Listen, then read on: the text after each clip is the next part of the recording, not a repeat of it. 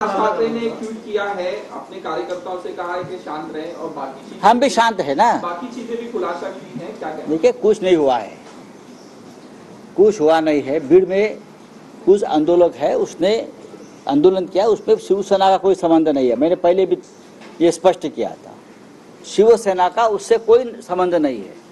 और हमने जो हमारे लोग वहाँ दिखे हैं, उनको जो कार्रवाई करनी है वो हम कर लेंगे। हमारे में उसकी हिम्मत है, हम कर लेंगे। जो गलत है वो गलत है, जो बात हमारे पार्टी से जुड़ी नहीं है वो हम कभी एक्सेप्ट नहीं करेंगे। तो ये चॅलेंज की बात किसी ने अगर की है वो गलत है। कोणी ठीक आहे, तुमची काळजी घ्या, महाराष्ट्राची काळजी घ्या। महाराष्ट्र लुटतायत त्यांना सांगा काळजी घ्या म्हणून। ते महाराष्ट्र लुटणाऱ्याशी आम्ही लढतो आहोत, अहमद शाह अब्दालीशी आम्ही लढतो आहोत,